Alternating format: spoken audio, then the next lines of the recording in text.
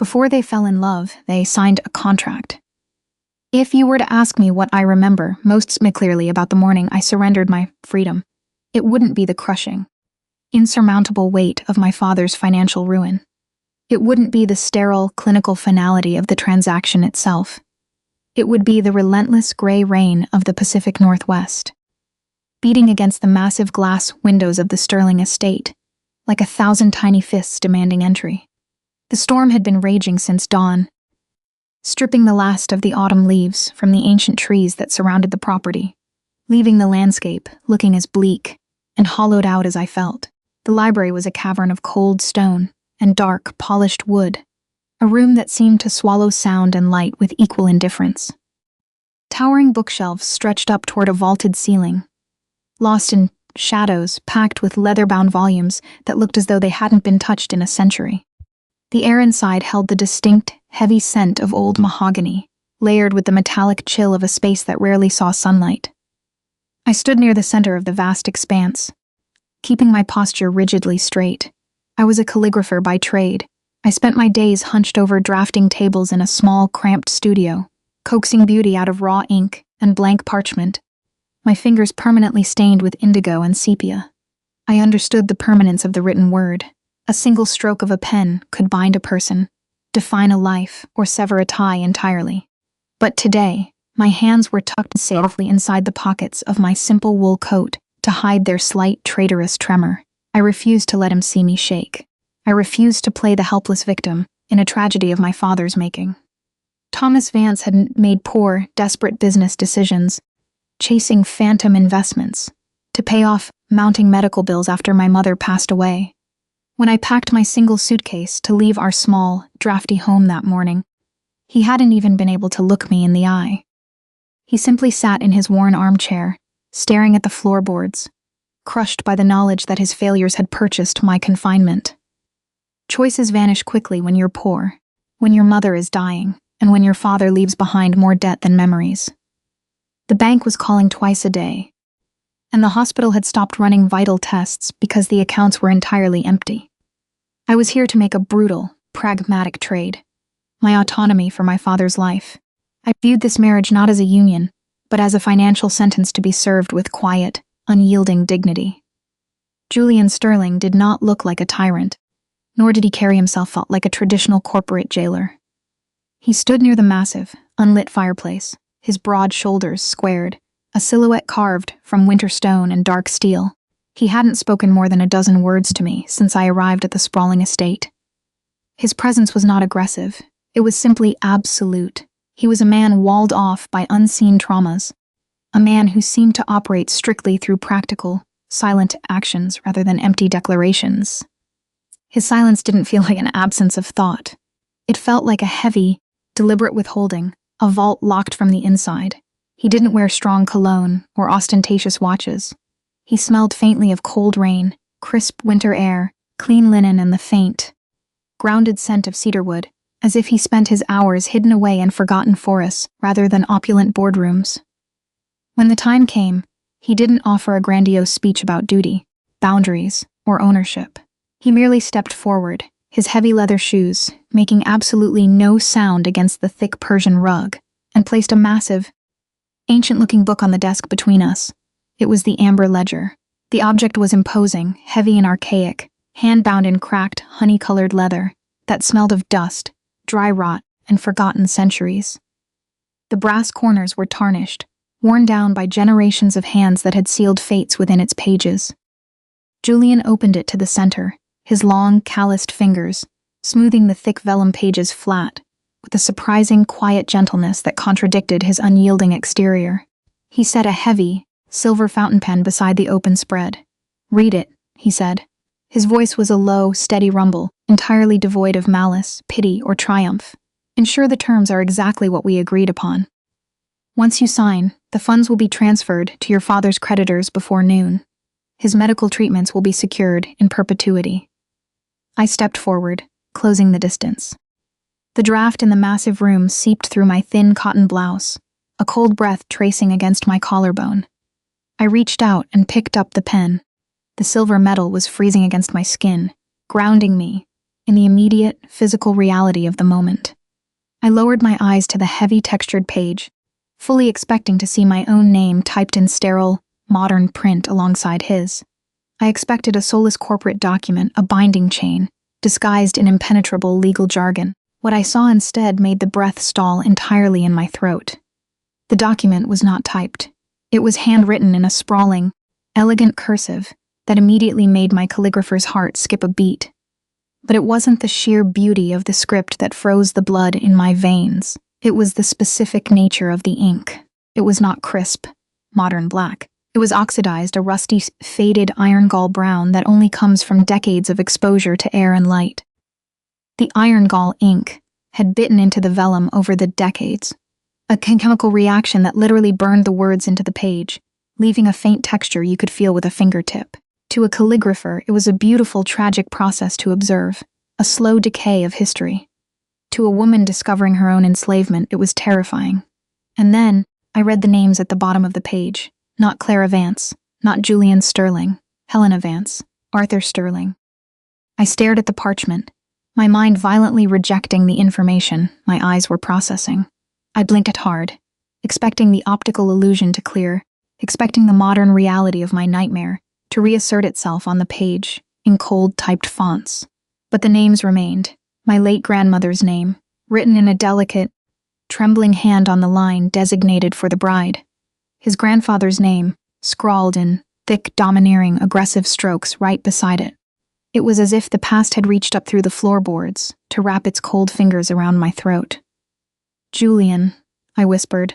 The word slipped out into the cold air before I could catch it, sounding thin and unmoored. It was the first time I had spoken his name aloud, and it felt heavy on my tongue. He shifted, the fine fabric of his dark suit whispering in the quiet room. Is there an issue with the stipulations? This isn't my name, I said, my voice barely audible over the heavy drumming of the storm outside. And it isn't yours. He frowned, a microscopic tightening of his jaw, and moved to my side. For a moment, he was so close I could feel the ambient heat radiating from his body. A stark, sudden contrast to the freezing draft of the library. I could smell the cedarwood clinging to his clothes. He looked down at the ledger. I watched his dark eyes track across the faded brown ink. I expected an eruption. I expected the rigid, impenetrable shield of his composure to crack under the weight of such a bizarre discovery. But Julian simply frowned deeper, his expression settling back into its familiar, stony architecture. He did not look at the tragedy sleeping in the paper. He only saw the transaction. A clerical oversight, Julian murmured, his voice a low, steady rumble that barely disturbed the heavy cold of the library. An artifact from Arthur's archives that was mistakenly bound into the active ledger by the estate attorneys. My grandfather's lawyers were notoriously meticulous, but they were not immune to misfiling historical templates. It is a draft from a bygone era, Clara. It does not alter the legality of the current terms. He tapped the thick vellum page, right beneath the faded signature of my grandmother, signed beneath it. Once your signature is recorded, the transfer to your father's creditors will be initiated immediately. I looked from his stoic, unreadable face down to the hauntingly familiar cursive, a clerical error, a misfiled template.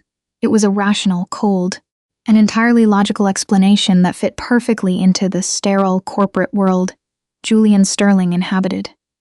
But my calligrapher's eyes knew better. You do not accidentally bind a 50-year-old piece of vellum, stained with genuine iron-gall ink, into a modern contract. Right over the final, looping E, in Helena, the vellum was slightly warped. I leaned closer, my pulse drumming a frantic, uneven rhythm against my ribs. It was a tiny dried teardrop stain on the parchment. The moisture had long since evaporated, leaving behind a faint, undeniable, yellow ring that had permanently disrupted the flow of the iron-gall ink. This was deliberate. This was a message. But what choice did I have? Thomas Vance was sitting in a drafty house right now, his heart failing, waiting for the bank to foreclose on the last remaining pieces of his dignity. I could not afford to demand answers from ghosts. I could not afford to let my father die over a mystery. I tightened my trembling fingers around the heavy silver fountain pen. The metal was freezing, leaching the last bit of warmth from my skin. I lowered the nib to the vellum, positioning it directly beneath the delicate, faded letters of Helena Vance. The scratch of the pen was the loudest sound in the massive, cavernous room. It echoed like a gavel striking wood. Clara Vance. The fresh, dark black ink looked violent against the soft, oxidized brown of the past. It felt like a betrayal. It felt like I was chaining myself to the exact same wall that had once imprisoned the woman who taught me how to read, who used to sit with me in our tiny couch and trace letters in spilled flour. I finished the final loop of my name and carefully set the pen down beside the open book. My hand was shaking so badly I had to immediately tuck it back into the pocket of my coat. Julian did not smile. There was no triumphant smirk, no relaxation of his broad, stone-like shoulders. He simply reached out and closed the amber ledger with a soft, definitive, and heavy thud. The sound echoed in the quiet room, sounding entirely like a vault door clicking shut. "It is done," Julian said quietly. He picked up the heavy book, tucking it securely under his arm. "The wire transfers are being authorized as we speak. Thomas's medical treatments will be fully funded by tomorrow morning. You have my word."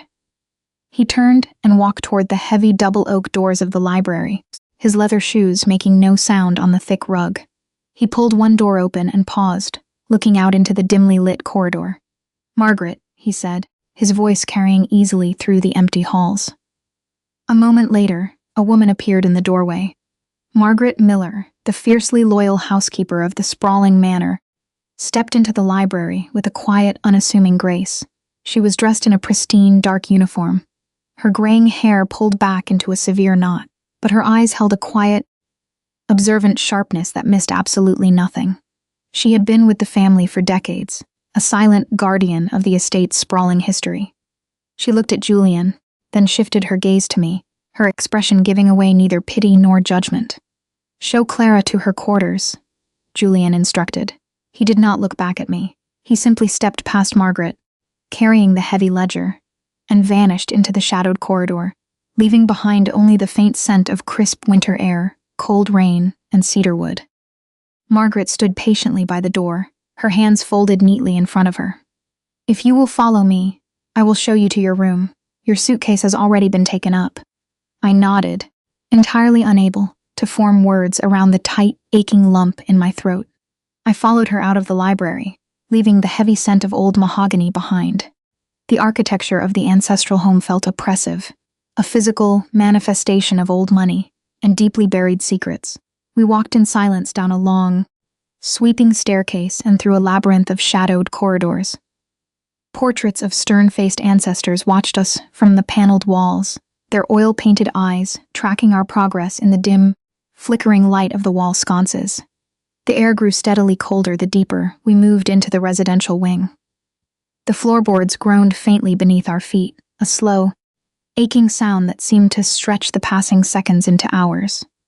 I felt as though I was walking deeper into a mausoleum, a place where time had stopped and resentment had been allowed to fester and calcify into the very foundations of the house. Margaret finally stopped before a set of tall, white-paneled doors at the end of a quiet hall. She pushed them open, reaching out to turn the dimmer switch on the wall. Soft, amber light flooded the room, illuminating a space that was beautiful, massive, and entirely devoid of life. The bedroom was a cavern of sterile luxury. A massive canopy bed draped in heavy, silver silk dominated the center of the floor. The furniture was all dark, polished antique wood. The rugs were impossibly thick, and the massive windows were framed by heavy velvet curtains that completely shut out the gray storm outside. A marble fireplace sat on the far wall, perfectly clean, holding a neat stack of birch logs that looked as though they had never been lit. It was a stunning room. It was a perfectly constructed, immaculate cage.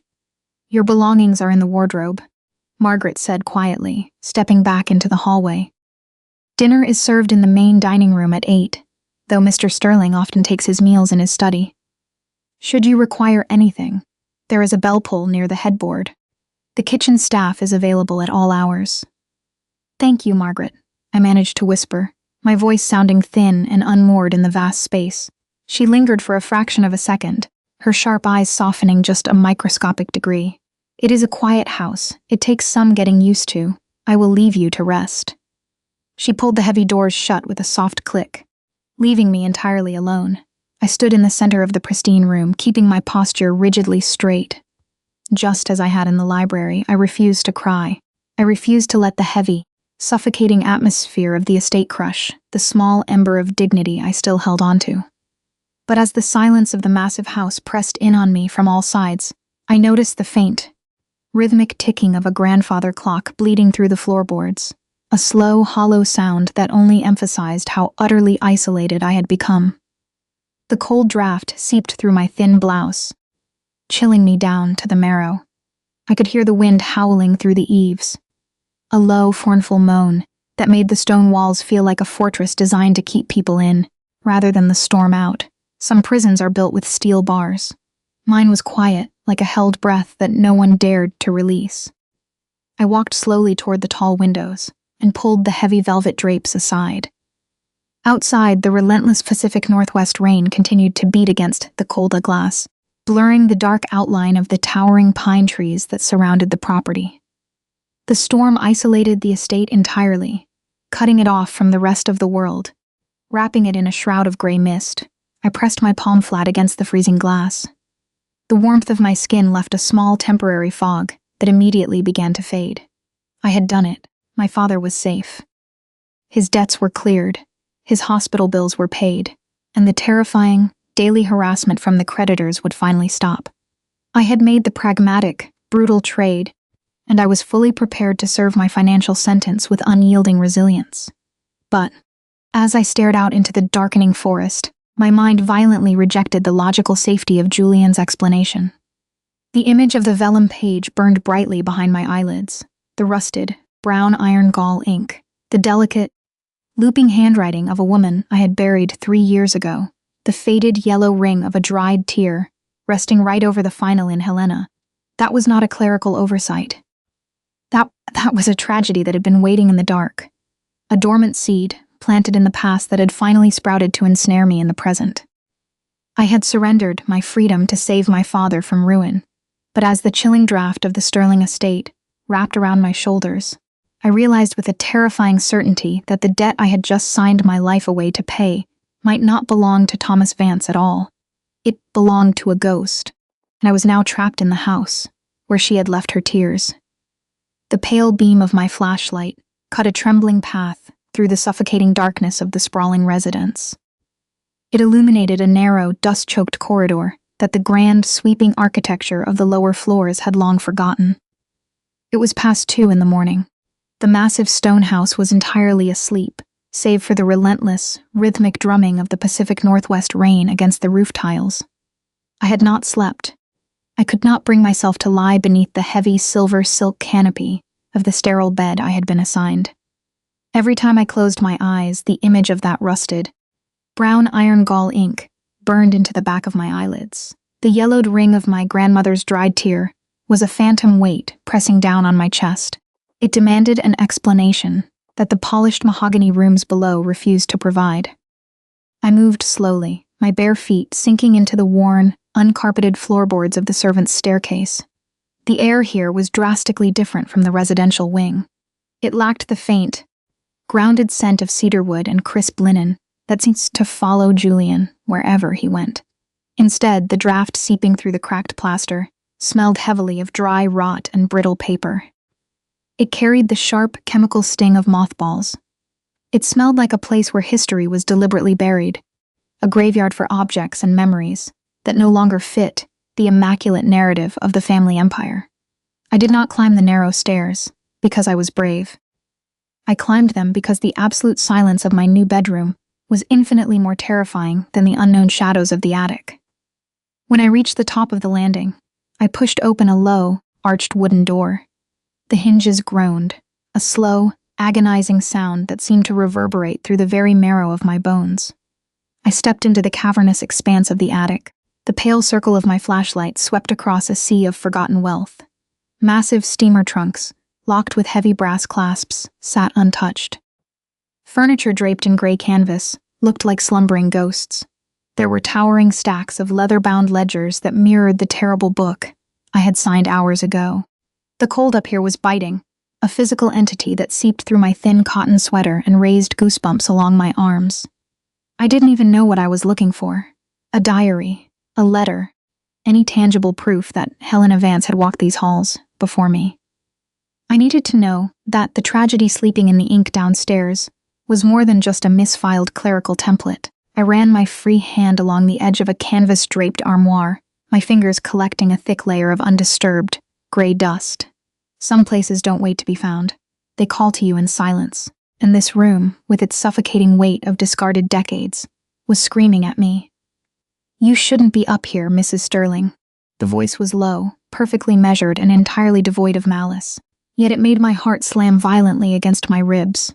I spun around, the beam of my flashlight sweeping wildly across the dark before settling on a figure standing near the entrance. Margaret Miller stood with her hands folded neatly in front of her pristine, dark apron. She did not flinch against the sudden glare of the light. The housekeeper looked exactly as she had downstairs, composed, fiercely observant, and completely unreadable. But in the harsh, pale illumination of the flashlight, the deep lines around her mouth and eyes were magnified. They revealed a profound, bone-deep exhaustion that her impeccable posture usually managed to hide. She had walked these halls for decades. She was the silent guardian of the estate's sprawling history, and she knew exactly what I was searching for. "I couldn't sleep," I whispered, lowering the beam so it pools on the dusty floorboards between us, a small offering of respect. I needed to understand. The ledger in the library, the names. Margaret did not move closer. She remained at the edge of the shadows, her graying hair catching the ambient light. She looked at me, her sharp eyes cataloging the tremor in my hands. She saw the defensive tightening of my shoulders, the sheer, unadulterated fear of a woman who realized she had sold herself to a ghost story. She did not offer empty reassurances. She did not repeat Julian's cold, logical lie about a clerical oversight. "This house is very old, Clara," the older woman said softly, deliberately dropping the formal title. Her voice was a quiet rasp, like dry leaves brushing against stone. "And Arthur Sterling was a man who believed that everything in this world could be bought, owned, and locked away. He collected debts the way other men collected art. He never discarded anything that gave him leverage. My grandmother," I breathed, the words barely making it past the tight ache in my throat. "Helena, what did he do to her?" "Order me to abandon this pursuit, Margaret," I added, my voice cracking in the freezing draft. "Command me to return downstairs and act the part of the obedient, purchased bride, and I shall comply." Margaret closed her eyes for a long, heavy moment. When she opened them, the strict professional barrier she maintained seemed to fracture, just a fraction of an inch. She wasn't a malicious gatekeeper protecting a toxic empire. She was a weary survivor of Arthur's cruel reign. She was a woman who had spent half her life watching the people she cared about get crushed beneath the weight of the family name. She reached into the deep pocket of her apron and pulled out a small, unassuming bundle. She stepped forward, her soft-soled shoes making absolutely no sound on the dusty wood. She held her hand out into the beam of the flashlight. Resting in her palm was a small, heavy brass key. It was archaic, the metal darkened by time, the teeth filed to a complex, intricate pattern. But it wasn't the key that made the breath stall in my lungs. It was what the key was wrapped in. It was a square of faded, moth-eaten silk. Even from a step away, I could recognize the fabric. I could smell the faint, ghostly trace of dried jasmine and lavender completely cutting through the suffocating scent of the attic's dry rot. It was a scarf I had seen in old photographs, draped around my grandmother's shoulders when she was young and vibrant. It was from long before the sadness took her. "This does not belong to the Sterlings," Margaret whispered, pressing the small bundle into my trembling, ink-stained fingers. Her kintung was warm, a sudden, grounding shock against the freezing air of the room. "It never did. Arthur kept it up here for 40 years, a trophy, or perhaps a reminder of the one thing his money could never force into submission." I stared down at the bundle, my vision blurring as a hot, unbidden tear slipped down my cheek. "What does it open?" "Something you will find when the time is right," Margaret replied gently, ensuring I stayed safely anchored. She took a step back, retreating into the protective anonymity of the shadows. "For now, keep it hidden. Lock your doors, Clara, and do not let the ghosts of this house consume your own story." She didn't say another word. The housekeeper turned, and descended the groaning wooden stairs, leaving me entirely alone in the cavernous dark. I stood shivering in the center of the attic, the flashlight beam trembling in my left hand. In my right, I held the brass key tight against my chest. I slowly ran my thumb over the frayed, delicate edges of the silk scarf. The tactile sensation anchored me to a past I was only just beginning to uncover. The silk was fragile, practically turning to dust under my touch, but the heavy metal key inside it felt like a loaded weapon. I returned to my sterile bedroom, just as the first pale sliver of dawn broke through the heavy rain clouds. I buried the key and the scarf deep beneath the clothes in my suitcase, locking it away like a forbidden secret. Over the next 2 weeks, the Sterling estate became a sprawling, silent cage. The torrential rain of the Pacific Northwest rarely ceased, trapping us in a cycle of quiet routines. My marriage was a transactional reality, an unspoken confinement, where neither of us dared to shatter the fragile stillness. We shared silence and dinners, separated by the impossible, agonizing distance of a long mahogany table. Julian was a phantom in his own home. He spent his days locked inside his study, a room of dark cedarwood and frosted glass. Yet, despite the vast emotional distance he maintained, Julian's presence lingered in the smallest details. When I shivered in the drafty dining room on Tuesday, a thick, woolen blanket appeared over my chair by Wednesday morning. When I picked at the rich, heavy meals prepared by the kitchen's staff, Margaret quietly replaced them with simple, warm stews. It was a practical, silent act of service, a hallmark of Julian's heavily guarded nature. He did not ask for gratitude, and he did not offer conversation. He simply adjusted the world around me to ensure my physical comfort, but his silent care couldn't erase the burning question left by the amber ledger. The image of the wrong name on the marriage contract haunted my every waking moment. The faded iron gall ink, the dried tear. I refused to be pacified by his quiet acts of service while the truth remained locked away. By the end of the second week, I could no longer bear the suffocating weight of the unsaid. I needed to understand the debt my father Thomas had left me to pay. Late one evening, while the storm raged outside, I walked down the dim corridor and stopped before the heavy oak door of Julian's study. I didn't knock. I pushed the door open, stepping over the threshold into his private sanctuary. The air inside smelled heavily of old paper, rain, and Julian's signature cedarwood. He sat behind a massive desk, his face illuminated by the warm, amber glow of a single brass reading lamp. He looked up, his expression completely unreadable, a mask of cold winter stone. "Julian," I began, my voice trembling slightly in the quiet room. I gripped the fabric of my skirt, holding onto my dignity like a shield. "I need to ask you about the contract. The one we signed in the library." He set his silver fountain pen down. The silence between us had teeth. He didn't look surprised by my intrusion. He just looked impossibly tired, as if he had been waiting for this exact moment since the day I arrived. "There was a name." I pushed on, refusing to let the heavy atmosphere silence me. "In the amber ledger. It wasn't my name, Julian. The ink was old. It said Helena Vance, my grandmother." Julian leaned back in his leather chair. His dark eyes remained fixed on me, revealing absolutely nothing. "It was a clerical oversight," he said smoothly. His voice was completely devoid of emotion, a perfectly rehearsed defense mechanism. "The contract is an old template, drafted by my grandfather, Arthur. The lawyers merely failed to update the preliminary pages before the signing. It means nothing, Clara." "A clerical oversight," I repeated, the words tasting like ash on my tongue.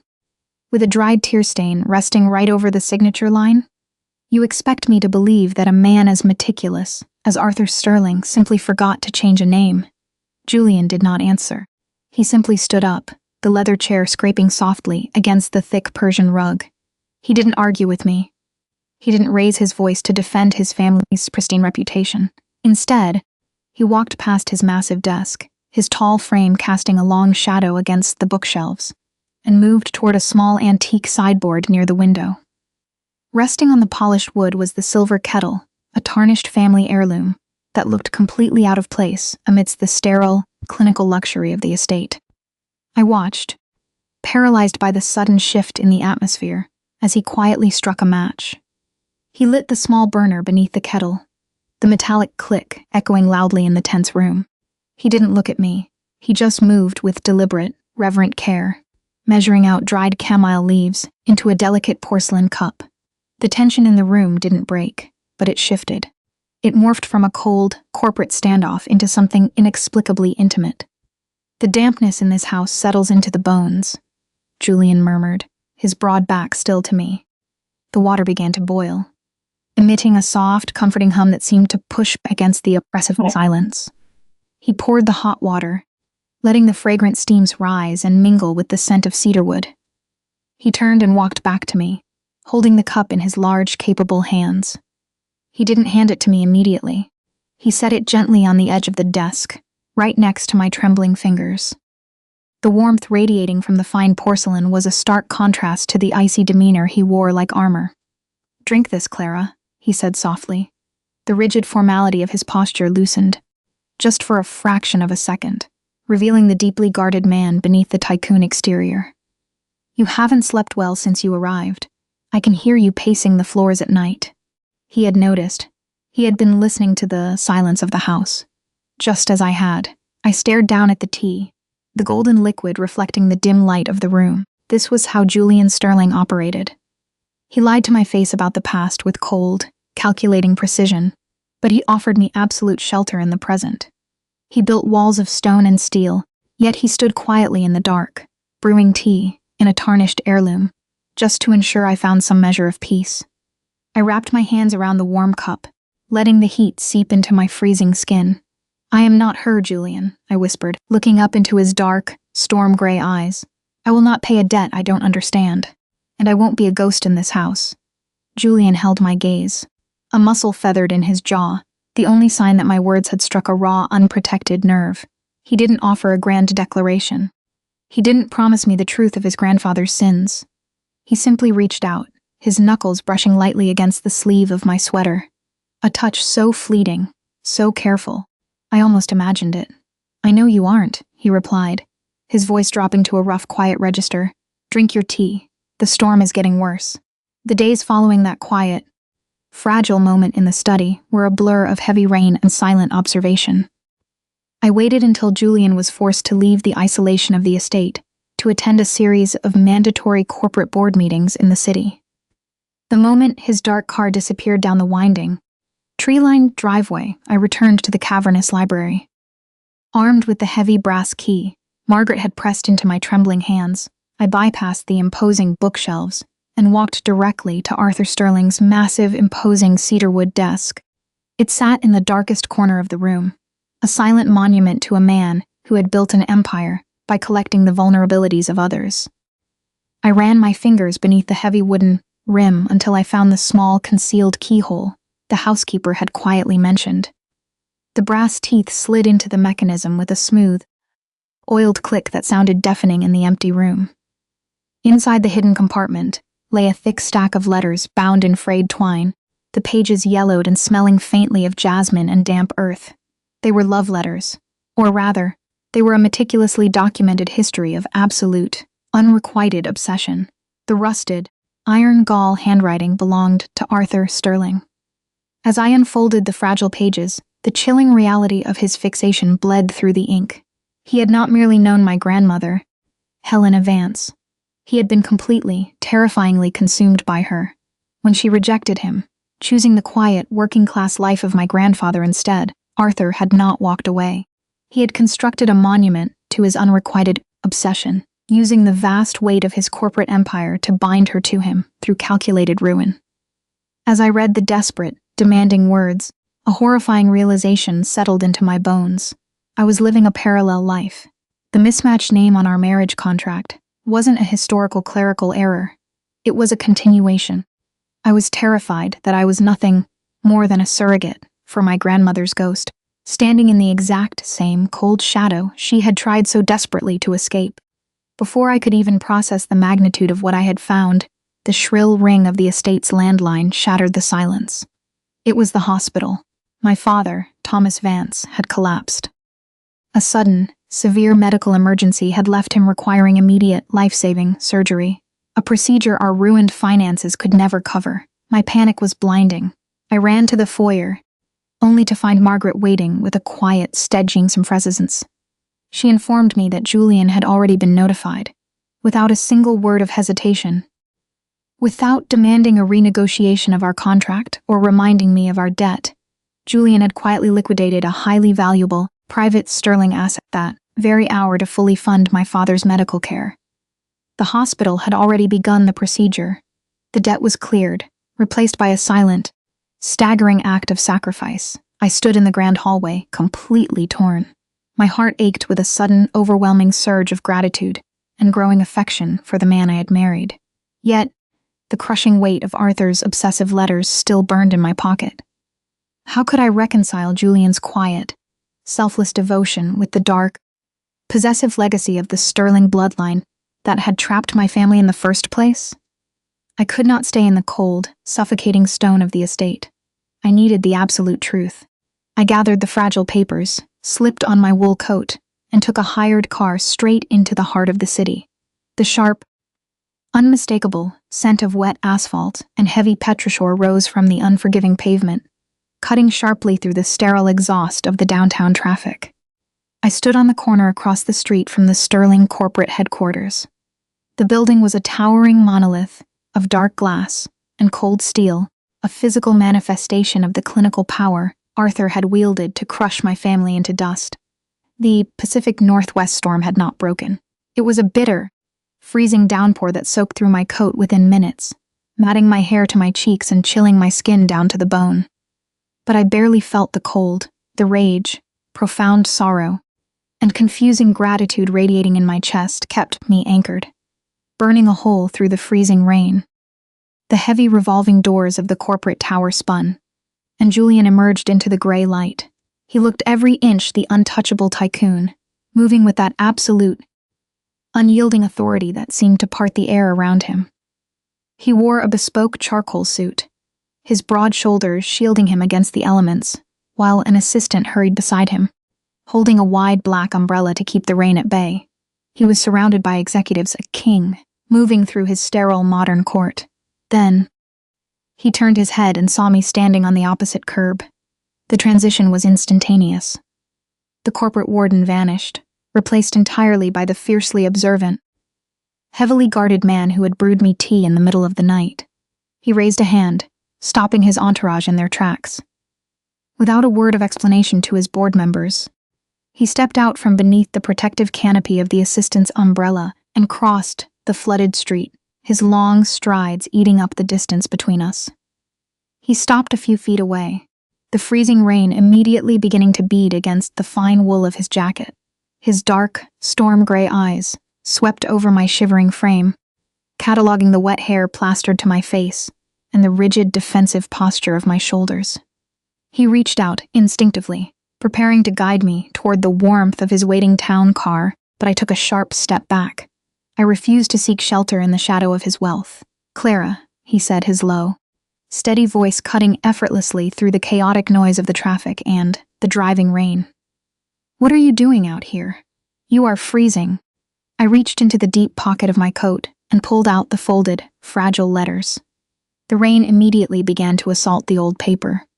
But I didn't care. I held them out in my trembling, ink-stained hands, forcing him to look at the physical evidence of his family's legacy. "Your grandfather didn't save my family, Julian," I said. My voice wasn't a scream. It was a quiet, devastating delivery that carried all the weight of a generational tragedy. He didn't loan Thomas Vance a single cent out of charity. He obsessed over my grandmother, and when she refused him, he extorted us. He held a knife to my grandmother's throat for decades, keeping her trapped as a surrogate for a love he could never earn, and when the sadness finally took her, he handed the blade to my father. Julian's hand froze in mid-air. He looked down at the letters. The rusted, iron-gall handwriting of Arthur Sterling was unmistakable, even as the raindrops began to blur the edges of the ink. The words on the exposed page were not legal stipulations. They were desperate, obsessive demands. I watched the exact moment the stoic, impenetrable shield of Julian Sterling shattered. It did not happen with a dramatic outburst or a violent denial. It happened in absolute, horrifying silence. The muscles in his jaw tightened so fiercely I thought they might snap. His eyes darted across the faded handwriting, processing the undeniable truth that the massive, untouchable fortune he managed was built on the deliberate destruction of the woman standing in front of him. He realized that the debt tying me to his life was not a tragedy of my father's making, but a cage struck by his own bloodline's toxic obsession. He didn't try to defend the sterling name. He didn't offer a sterile, corporate rationalization or dismiss the letters as a clerical oversight. Instead, Julian performed a subconscious act of profound, agonizing self-punishment. He lowered his arms, completely surrendering his defenses to the bitter storm. He stood perfectly still in the freezing downpour, allowing the heavy rain to assault him without resistance. I watched in silence as the charcoal fabric of his incredibly expensive suit darkened to pitch black, the water soaking entirely through to his skin. The rain streamed down his rigid jawline, plastering his dark hair to his forehead, ruining his immaculate armor. He stood there, taking the punishing cold of the storm, because he knew he could not wash away the sins of his grandfather. "Come with me," he finally whispered, his voice hollowed out and completely unmoored. He didn't reach for me again. He didn't presume he had the right to touch me. He simply turned and began walking down the flooded sidewalk, away from his corporate empire, away from the waiting executives, and away from everything the sterling name represented. I followed him through the heavy rain. We did not return to the suffocating stone of the estate. Julian led me 2 blocks down a quiet, narrow street, stopping before a private, unassuming side entrance of a beautiful pre-war building. He bypassed the doorman, unlocking a private elevator that carried us up in total, heavy silence. When the doors finally opened, I stepped into a space that was the exact antithesis of the mansion we shared. This was Julian's private apartment. Soft, warm amber light spilled across beautifully worn hardwood floors. The air here was entirely devoid of the cold, metallic chill of the estate. Instead, it carried the deep, grounding scent of dark roasted coffee beans, old paper, and worn leather. There was no sterile marble, no towering portraits of stern ancestors watching from the walls. It was a quiet, highly personal sanctuary, a place where a man walled off by trauma retreated to simply breathe. Julian didn't pause to take off his ruined, dripping suit jacket. He walked straight across the living room to a heavy steel filing cabinet hidden behind a solid oak desk. Margaret had told me there were massive gaps in the estate's archives. Pieces of history Arthur had kept intentionally obscured from his own attorneys. Julian pulled a heavy ring of keys from his pocket, unlocked the bottom drawer, and withdrew a stack of thick, leather-bound ledgers. These were not the ceremonial amber ledger we had signed in the library. These were Arthur's private, unfiltered financial diaries. He carried the heavy books to a long, rustic wooden table in the center of the room. He turned on an overhead brass lamp, bathing the immediate area in a warm, concentrated glow. We stood shoulder to shoulder, the rain from our clothes dripping silently onto the hardwood floor, as Julian opened the oldest ledger to a specific, heavily dog-eared page. It took several agonizing minutes to translate the archaic accounting shorthand and the cramped, aggressive notes scribbled in the margins. But as the pieces slowly fell into place, the true nature of the generational secret materialized in the warm light of the apartment, confirming the terrifying scope of Arthur's fixation. The factory fire of 1982. It was a catastrophic blaze at one of the primary sterling manufacturing plants that had resulted in massive financial loss and severe damage. The official record stated it was an unavoidable electrical failure. The ledger told a completely different story. Arthur's younger brother, a reckless and unstable man, had caused the explosion through gross, documented negligence. But Arthur could not allow Osterling to face public ruin. He needed a highly placed, believable scapegoat, and he saw the perfect, devastating opportunity to finally claim the woman who had rejected him. Helena Vance had been a lower-level supervisor at the time, a working-class woman with a young family to protect. The ledgers detailed exactly how Arthur had bought the silence of the federal investigators, falsified the safety inspection reports, and fabricated a trail of evidence leading directly to my grandmother.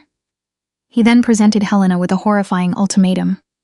He would hold the fabricated evidence over her head, promising her a long, brutal ruin that would destroy her family, unless she signed a quiet confession of guilt that he would keep locked in his personal vault. He didn't just buy her silence. He purchased her proximity. He demanded total subservience, forcing the Vance family to rely entirely on sterling loans to survive, after she was systematically blacklisted from ever working in the industry again. The crushing debt that my father Thomas had inherited wasn't the result of poor business decisions. It was a lifetime of forced financial extortion, a quiet, continuous ransom paid to keep a fabricated crime buried in the dark. Also, a powerful man could own a woman who never loved him. Julian's large, capable hand hovered over the aged paper. His index finger, usually so steady and resolute, trembled violently as it traced the harsh, rusted ink of his grandfather's crimes. The stoic, unyielding protector was entirely shattered. He realized in that agonizing moment that the vast fortune he wielded, the very money he had used to confidently pay off my father's creditors and fund his surgery, was built entirely on the calculated, decades-long destruction of the woman sitting beside him. He was the warden of a stolen life, standing in the ruins of my family's dignity. The adrenaline that had carried me through the storm suddenly evaporated, leaving behind a bone-deep, aching exhaustion. The ambient warmth of the apartment could not penetrate the freezing chill that had settled into my marrow. The sheer weight of what Helena had endured, the silent, suffocating terror of carrying that secret until the day she died, crashed over me all at once. I began to shake. It started as a fine tremor in my hands and quickly spread, a violent, involuntary shivering that made my teeth chatter. A single fractured sob tore from my throat, a ragged sound that echoed loudly in the quiet sanctuary of the room, completely destroying the composed, resilient armor I had sworn to maintain. Julian pulled his trembling hand back from the ledger as if the paper had physically burned him. He looked at me, his storm-gray eyes wide with a raw, unprotected panic. He didn't offer a hollow apology. He didn't try to justify his family or make a grandiose speech to absolve his own guilt. He knew that words were entirely useless against this magnitude of betrayal. Instead, he turned and walked swiftly into the small, adjoining kitchen. He didn't run away. He simply defaulted to the only language of care he truly understood. I stood in the warm light of the study, wrapping my arms tightly around my chest, listening to the deeply comforting, domestic sounds that followed. The quiet rush of tap water, the sharp, metallic click of a stove burner igniting, the soft clinking of fine porcelain being carefully arranged on a wooden counter. A few minutes later, Julian returned. He had finally stripped off his ruined suit jacket, his damp, white dress shirt clinging to his broad shoulders. He walked up to me, his heavy steps completely silent on the floorboards, and gently reached out. He took my freezing, ink-stained hands and opened them, placing a warm, steaming cup of chamomile tea directly into my palms.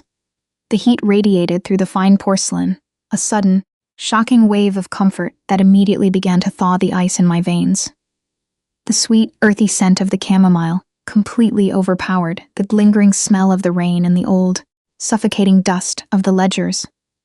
"I heard you cry," Julian whispered, his voice rough, broken, and stripped of all its corporate authority. He stood so close, I could feel the ambient heat radiating from his chest, his hands lingering just millimeters from mine, afraid to cross the final boundary. I didn't like it. I looked up from the warm tea, meeting his eyes. There was no pity in his gaze, only a profound, devastating respect and an absolute surrender of his own pride. Sometimes love doesn't knock. It waits. It waits in the quiet spaces between heartbeats, in the heavy silence of old rooms, and in the simple, deliberate act of brewing tea for a woman who has forgotten how to ask for shelter. I closed my eyes, letting the warmth of the porcelain anchor me to the present, slowly realizing that the man standing before me was not my jailer, but a fellow prisoner who had just handed me the keys to the cell. The profound, devastating warmth of the chamomile tea in Julian's apartment eventually gave way to the cold, undeniable necessity of dawn. We did not sleep. The massive leather-bound financial diaries of Arthur Sterling remained open on the rustic wooden table, a sprawling, tragic map of generational ruin that demanded immediate dismantling. Julian had spent the quiet, fragile hours of the early morning standing by the rain-streaked window, making a series of brief, clipped phone calls to his private legal counsel. His voice was a low, unyielding rumble that betrayed none of the emotional devastation I had witnessed the night before. He was the fiercely competent, highly dangerous protector, systematically organizing the destruction of his own grandfather's dark legacy to ensure my family's survival. Arthur Sterling had been dead for generations, a ghost haunting the sprawling architecture of the opulent mansion, but his malice had survived in the harsh, rigid ink of those ledgers. Julian did not need to confront a living tyrant to end the reign of terror. He simply needed to sever the financial arteries that kept the ghost's power alive.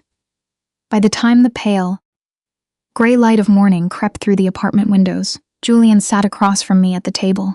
He laid out a thick stack of freshly printed legal documents. Without a single word of hesitation or a flicker of regret, he uncapped a heavy fountain pen and signed his name, officially liquidating the fabricated debt entirely. He permanently severed the Sterling estate from my family.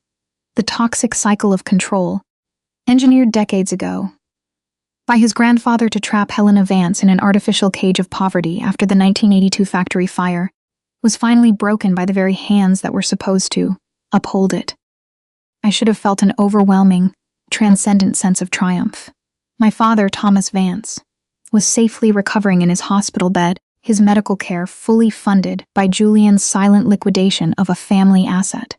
The crushing, insurmountable weight of the debt that had suffocated my family for my entire adult life was gone.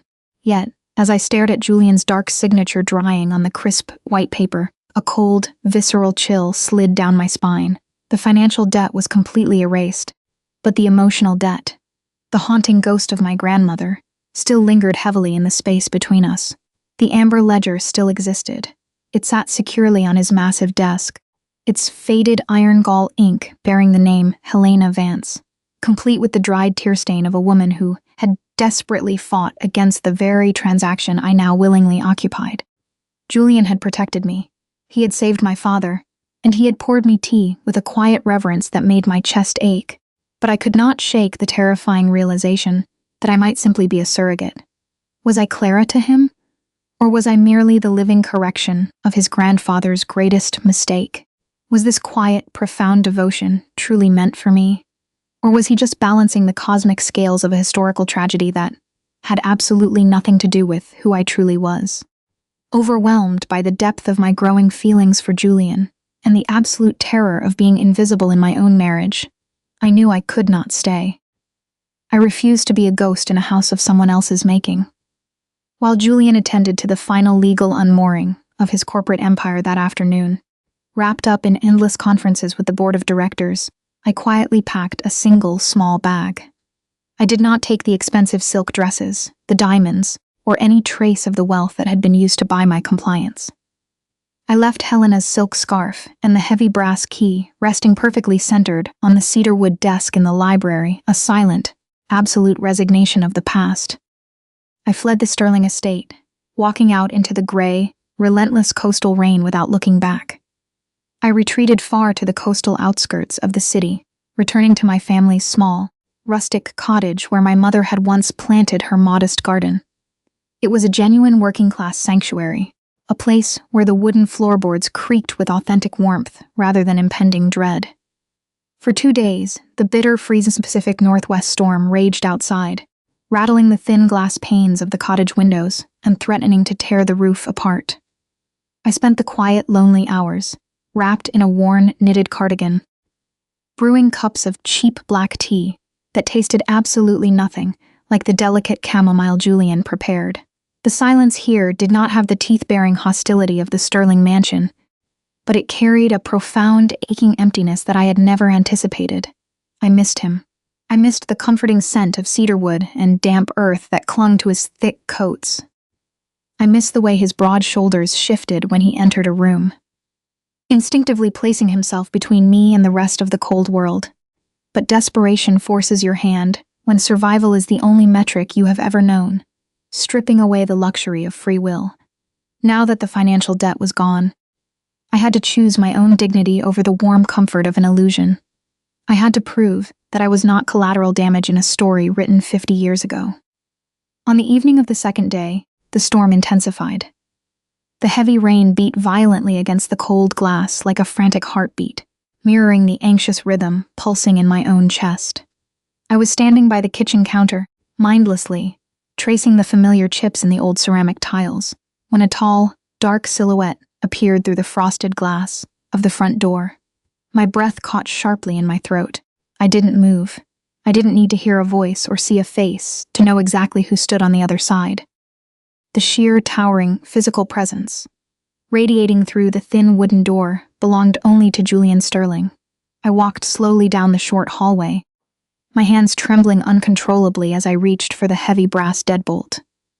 I pulled the door open, and the freezing wind instantly rushed into the warm hallway, carrying the sharp, electrical scent of ozone and heavy rain. Julian stood on the wooden porch. He wore no overcoat, only a dark tailored suit jacket that was entirely soaked through, clinging heavily to the solid, unyielding lines of his chest and broad shoulders. The freezing downpour plastered his dark hair against his forehead, the water streaming down his jaw and dripping onto the worn wooden planks beneath his expensive leather shoes. He looked utterly exhausted. The stoic, trauma-walled protector was completely stripped of his corporate armor and his clinical detachment. He was breathing heavily, his storm gray eyes locked onto mine with a raw, desperate vulnerability that instantly shattered the remaining fragile fragments of my own emotional defenses. He didn't step inside. He didn't presume he had the absolute right to cross the threshold of my sanctuary, treating my small, rustic home with the profound respect he had never afforded the massive boardrooms he owned. Instead, with a slow, deliberate movement that defied every rule of power and untouchable wealth he had been raised to worship, Julian sank to his knees on the wet, splintered wood of my front porch. "Julian," I whispered, the name slipping from my lips like a held breath that no one dared to release. "Tell me to stop," he said, his voice a low, gravelly rasp that barely carried over the deafening roar of the rain. "Tell me to walk away, Clara, and I will.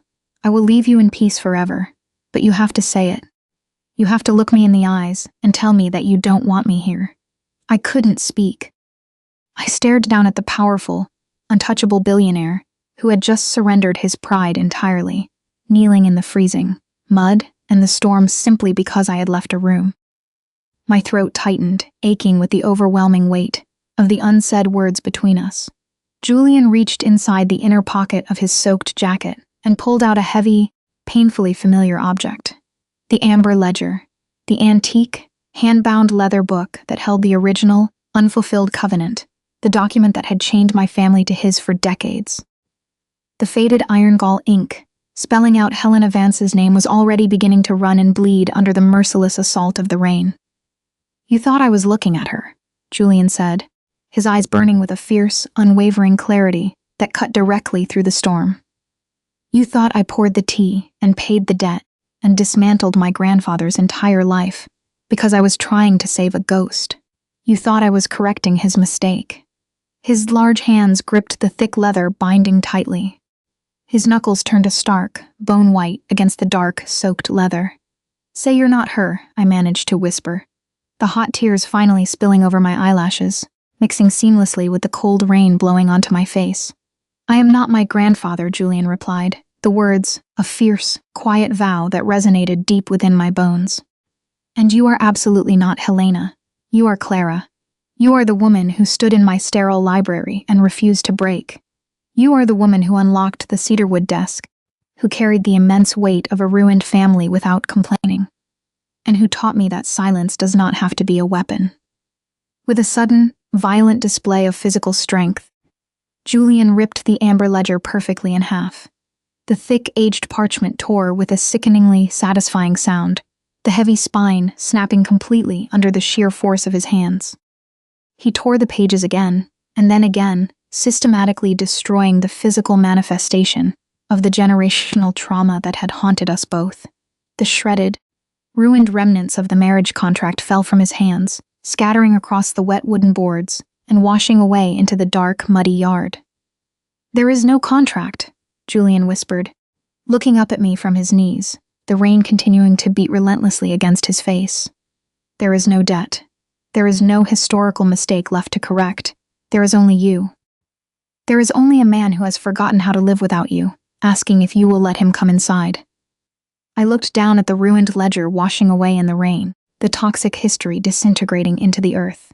Then I looked at the man who had just destroyed his own empire and his own immense pride to ensure I felt seen, chosen, and entirely safe. The terrible, suffocating fear of being a surrogate completely dissolved, washed away by the absolute, undeniable truth of his raw devotion. I stepped out onto the freezing porch. I didn't care about the heavy rain, or the biting cold, or the fact that my knitted cardigan was instantly soaked through to my skin. I dropped to my knees on the wet wood directly in front of him. I reached out, my trembling hands gently framing his cold, rain-slicked face. I felt the sharp, sudden intake of his breath, the subtle, desperate leaning of his cheek into my palm. I traced the hard, masculine line of his jaw, finding the pulse that beat wildly beneath his wet skin. "Come inside," I whispered softly. Julian closed his eyes, a profound, bone-deep shudder running violently through his massive frame. He wrapped his strong arms tightly around my waist, pulling me against his chest and burying his face in the crook of my neck as we knelt together in the storm. The silence that settled over us was not the terrifying, teeth-baring quiet of the Sterling mansion. It was the peaceful, heavy relief of a long and brutal war finally coming to an end. The aftermath of that night did not feature a grand, melodramatic celebration or a sudden, chaotic rush of joy. It was marked by a slow, deliberate, and incredibly peaceful shedding of the past. Within a week, the suffocating stone walls and the cold marble floors of the Sterling estate were officially left behind forever, locked away like a dark museum of someone else's tragic history. Julian formally stepped down from his corporate throne, handing the daily operations of the fractured empire over to an independent board of directors. He walked away from the sterile boardrooms, the opulent studies, and the staggering wealth without casting a single glance backward. He willingly left the diamonds, the legacy, and the heavy burden of the Sterling name, resting on a polished mahogany desk, choosing a life of quiet, unburdened simplicity with me. The morning dawned with a soft, golden light that filtered gently through the sprawling canopy of the old willow tree in the backyard of our cottage. The bitter, freezing Pacific Northwest storm that had raged since my flight had finally broken entirely, leaving the world feeling completely washed clean. The air was crisp and remarkably fresh, carrying the deeply grounding scent of damp earth and the sweet, fragile perfume of blooming jasmine from the wild bushes lining our wooden fence. I sat at a small, weathered iron table on the brick patio, listening to the gentle, melodic hum of the awakened world. There was no heavy, hollow ticking of an antique grandfather clock. There was no oppressive silence of a massive, empty mansion. There was only profound, absolute peace. The screen door of the cottage creaked open, the soft, familiar sound pulling me from my quiet, meditative reverie. Julian stepped out onto the brick patio. He was no longer wearing the bespoke charcoal suits or the rigid, unyielding armor of a corporate warden. He wore a simple, soft cotton shirt with the sleeves rolled up to his elbows, revealing the strong, capable forearms that had spent the past 3 days diligently repairing the splintered wood of our front porch. His dark hair caught the bright morning sunlight, and the harsh, intensely guarded lines of his face had softened entirely, replaced by a calm, profound serenity that made him look years younger. He carried 2 mismatched, chipped ceramic mugs in his hands, the fragrant steam of warm chamomile tea rising lazily into the cool coastal air. He set one mug gently on the table before me, a silent, consistent act of practical service that remained the truest, most reliable expression of his devotion. He sat in the chair opposite mine, his long legs stretching out comfortably in the intimate, shared space. Between us, resting perfectly flat on the weathered iron table, lay a single sheet of plain, unlined white paper. It was not heavy, expensive vellum. It was not bound in cracked, honey-colored leather, and it absolutely did not carry the suffocating weight of generational debt. The amber ledger was permanently gone. Its pieces washed away in the mud, its power completely broken. "I told you once that I would not be a ghost in a house of someone else's making," I said softly, running my fingers over the rough edge of my chipped mug. The warmth seeped directly into my skin, anchoring me beautifully to the tangible reality of the present moment. Julian met my eyes, his storm-gray gaze steady, open, and infinitely tender, "And you never will be. That life is over, Clara. Every calculated contract, every unfair expectation, every dark shadow my family cast over yours is entirely gone. We have nothing but the quiet we choose to build." He reached across the small table, his long fingers lightly brushing the edge of the blank sheet of paper. There were no hidden clauses, no cruel extortions, and absolutely no mismatched names from a tragic past. It was an entirely blank slate, a quiet sanctuary waiting patiently to be authored. "Write the life you want," Julian murmured, his voice a low, steady comfort that wrapped around me like a heavy protective woolen blanket. "I'll meet you there." I smiled, a genuine, completely unguarded expression that felt entirely alien and incredibly wonderful on my face. I didn't reach for a heavy gold-plated fountain pen, designed to intimidate, impress, and bind. Instead, I reached deep into the pocket of my worn knitted cardigan and pulled out a simple cheap blue ballpoint pen. It was the exact kind of pen you found tossed at the bottom of a purse, the kind used to write mundane grocery lists and quick, loving notes left on kitchen counters. It was ordinary, highly practical, and entirely ours. I clicked the pen, the small, mechanical sound bright and sharp in the quiet morning garden.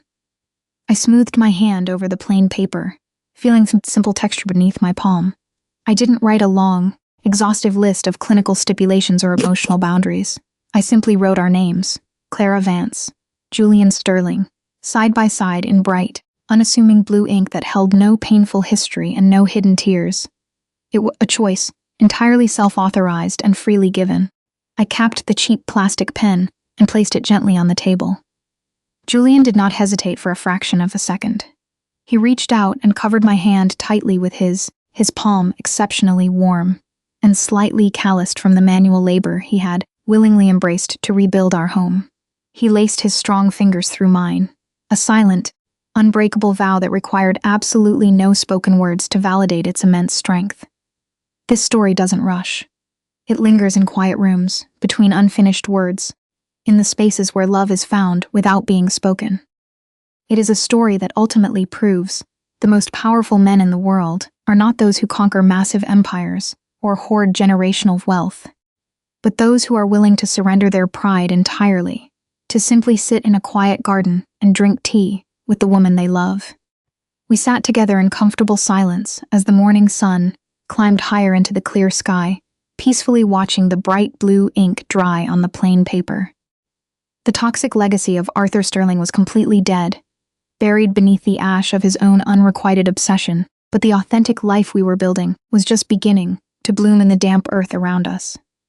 Home isn't a place or a name, it's a person, and as Julian's thumb slowly and reverently traced the back of my hand, I knew without a single shadow of a doubt that I had finally found mine.